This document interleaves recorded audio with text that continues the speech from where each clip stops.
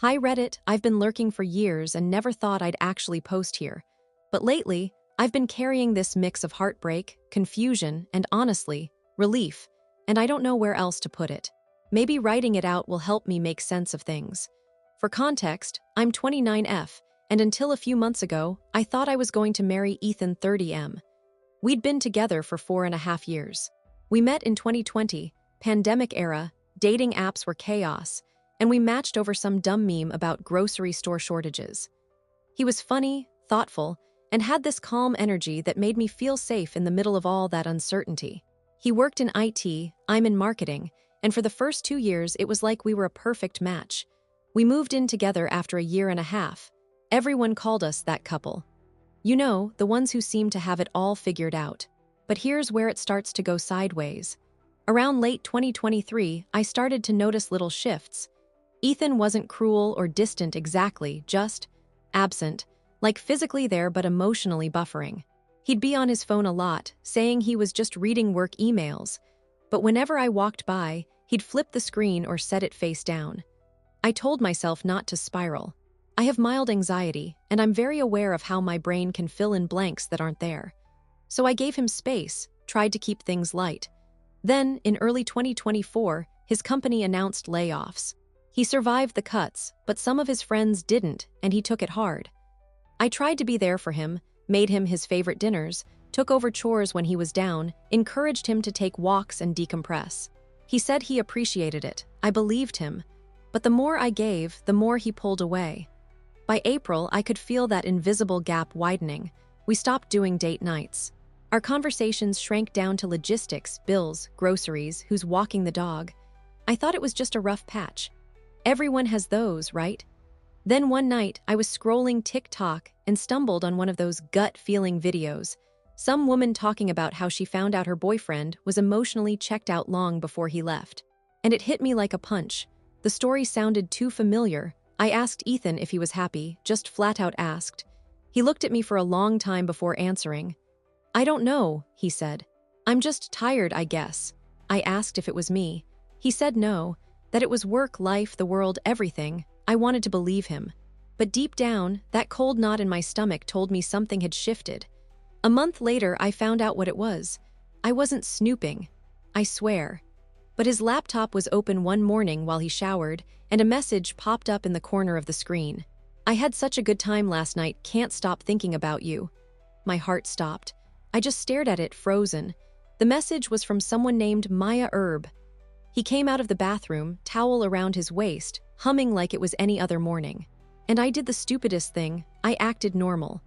My hands were shaking so bad when I poured coffee that I almost spilled it, but I said nothing. All day, I played that message over in my head. I wanted to confront him, but I didn't want to accuse him if there was an innocent explanation. Spoiler, there wasn't. That night, I asked him again, this time gently. "Ethan, is there someone else?" He froze mid-bite. Then he sighed, rubbed his face, and said, "It's not what you think." "It never is, right?" He said Maya was just a friend from a professional workshop he'd attended. They'd been talking a lot, apparently about career stress and mental health. He said he felt seen, in a way he hadn't felt in a while. I asked, "Did you cheat?" He said, "No, I would never." But when I pressed for details, his answers got fuzzy. The next day, I noticed he had deleted all his messages on his phone. That's when the numbness set in. I didn't cry. I didn't scream. I just stopped. For 2 weeks, we coexisted in the same apartment like polite strangers. Then one Saturday, he said we needed to talk. I knew what was coming. He told me he needed space to figure himself out. That he loved me, but wasn't in love anymore. That he didn't know when it happened, only that he felt trapped by the idea of forever. The words came out of his mouth like pre-recorded lines. I asked if this was about her. He swore it wasn't. 2 days later, he packed a bag and moved out. For the first month after he left, I was a ghost. I went to work, fed the dog, scrolled endlessly, slept in his old hoodie. Everyone kept saying, "You'll be okay." And I wanted to scream because I didn't want to be okay. I wanted to understand how 4 years could just evaporate. Then, one night, a mutual friend texted me. "Hey, I don't want to upset you, but Ethan and that Maya girl are together. Just thought you should know." That broke me. Not because he moved on, but because it confirmed that all my instincts, the ones I doubted, had been right all along. I blocked him everywhere that night. And for the first time in months, I slept through the night. Over the summer, I started trying to rebuild. I joined a pottery class, went on solo hikes, started therapy. My therapist said something that stuck with me. Closure isn't something someone gives you. It's something you decide for yourself. I didn't get closure from Ethan, but I started creating it piece by piece. And then, because life loves irony, he came back. 2 months ago in September, I got an email from him. Subject line, "Can we talk?" My heart dropped when I saw it. Against my better judgment, I opened it. He said he was sorry, that he'd made a huge mistake, that things with Maya didn't work out, of course they didn't. He said he missed me, that he realized no one understood him like I did. Old me would have jumped at that.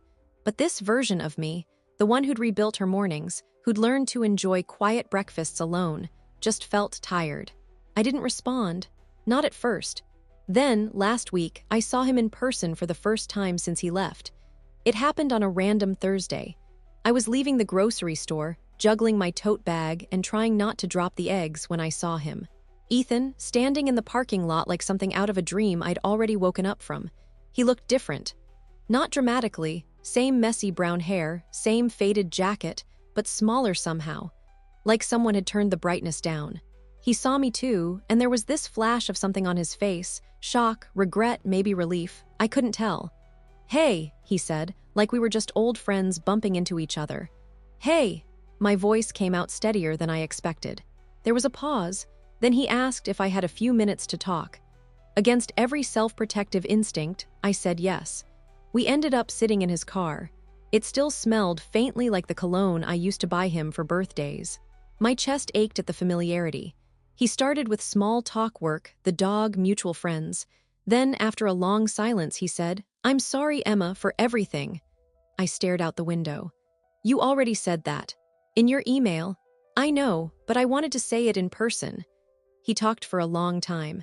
About how his mental health had spiraled last year, how he'd been overwhelmed and confused. How Maya had been a distraction that made him feel alive for a minute before he realized it was just an escape.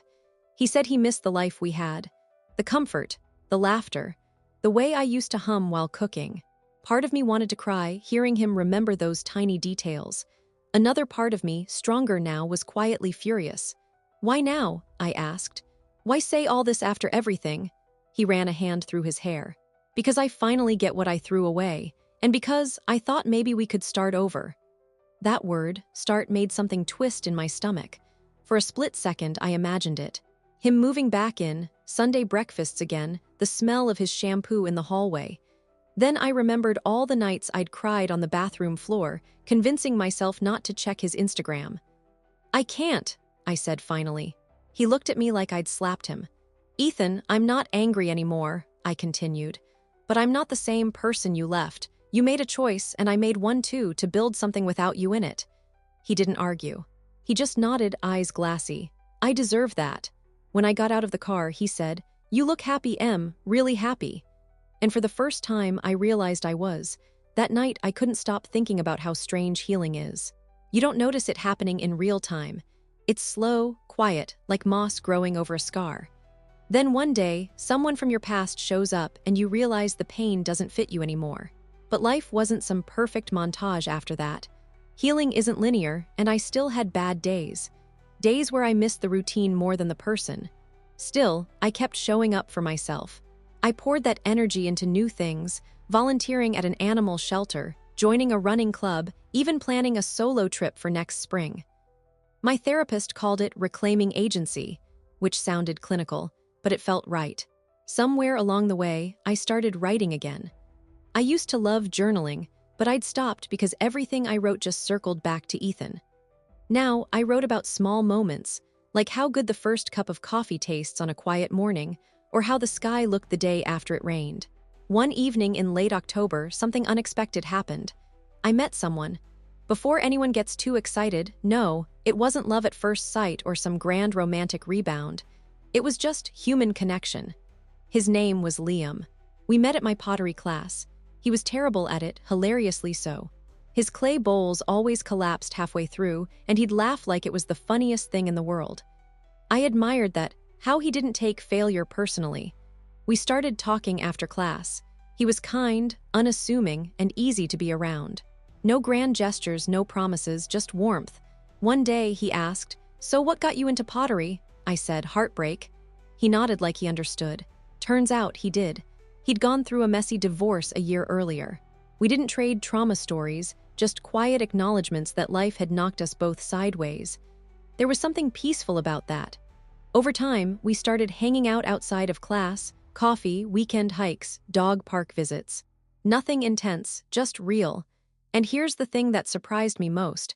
I wasn't waiting for him to save me. I didn't need him to fill a void. I'd already filled it myself. Still, there was a flicker of something between us, soft and tentative. Then, out of nowhere, Ethan reached out again. This time, it wasn't an email, it was a voicemail. His voice was quiet, almost broken. "Hey, I know you probably don't want to hear from me. I just wanted to say I hope you're okay. I'm moving to another city next month. I wanted to say goodbye properly." I listened twice, not because I missed him, but because it felt strange to realize this chapter was actually closing. I didn't call back, I just wished him peace in my head. That night, I went on a walk with my dog. The air smelled like rain and cold leaves. And for the first time, I didn't feel haunted by what-ifs. I just felt grateful. Grateful that it happened. Grateful that it ended. Grateful that I was still here. 2 weeks later, Liam and I were cleaning up after pottery class when he asked if I wanted to grab dinner. I hesitated, not out of fear but mindfulness. "I don't know if I'm ready to date," I admitted. He smiled. "That's okay, I just like spending time with you." Something about that, the absence of pressure, made my chest loosen, so I said yes. We went to a small Italian place that smelled like garlic and comfort. We talked about everything and nothing. Books, bad TV, the weird satisfaction of fixing a wobbly table leg. It wasn't fireworks, but it was warm and steady, like a candle flame that doesn't flicker even when the room is drafty. At one point he said, "You seem like someone who's learned how to be alone without being lonely." I smiled. "Took me a while," he nodded. "The good ones usually do." It's been a few months since then. I don't know what's going to happen with Liam, and honestly, that's kind of the point. I'm not chasing certainty anymore. I used to think love was about forever. Now I think it's about presence, showing up, even when it's hard, even when the ending isn't guaranteed. Ethan was my lesson in that, and weirdly, I don't regret it.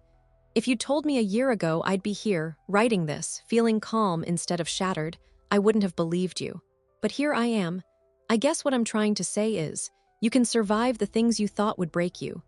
You can build a life after betrayal, after endings, after all the noise quiets down. Sometimes the happy ending isn't getting back what you lost. It's realizing you never needed it to be whole.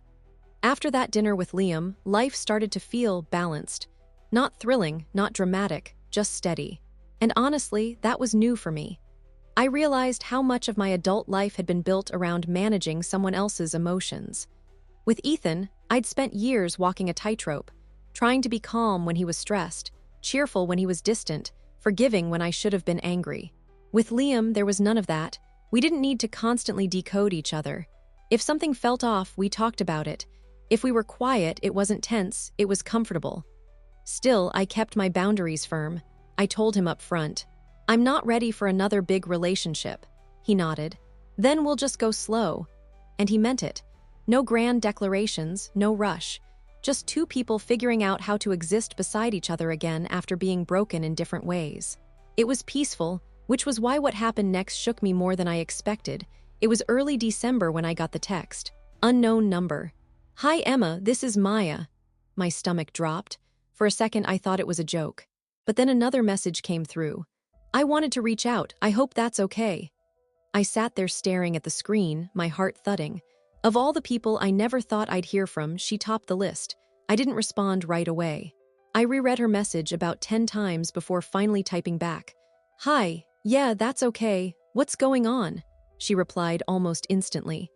"I just wanted to apologize for everything. I didn't know the full story when I got involved with Ethan. I thought you two were done." I felt this weird mix of emotions, anger, curiosity, pity. We ended up talking for nearly an hour over text. Apparently, Ethan had told her he and I were on a break when they first started seeing each other.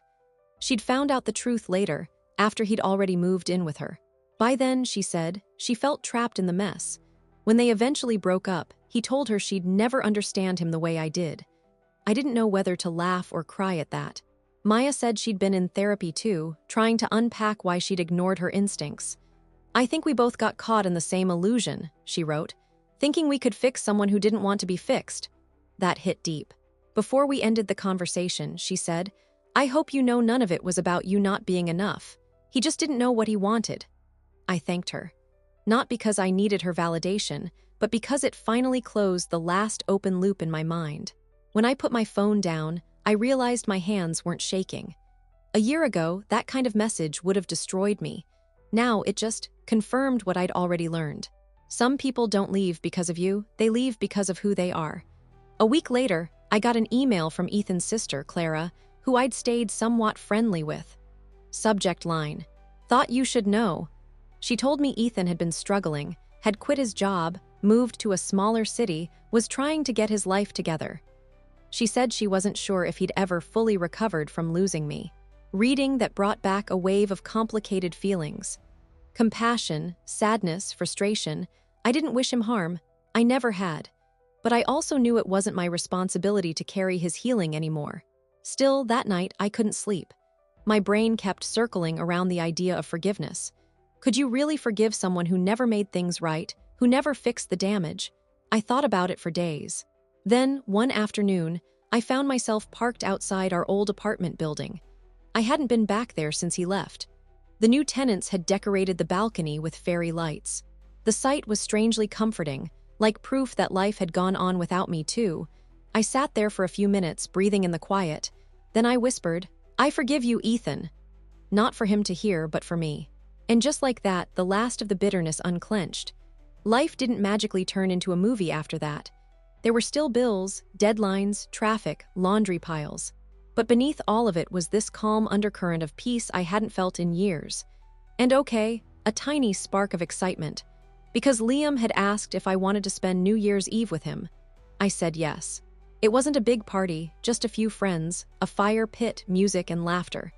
At midnight, as fireworks went off in the distance, he turned to me and said, You know, you smile with your whole face now. I laughed. Didn't I before? Not like this, he said. Something about that moment felt like the real beginning of my new chapter, not dramatic or cinematic, just deeply real. But here's where the suspense comes in. About 2 weeks into January, I got another message, this time from Clara again. Hey, sorry to bother you, Ethan's missing. My breath caught.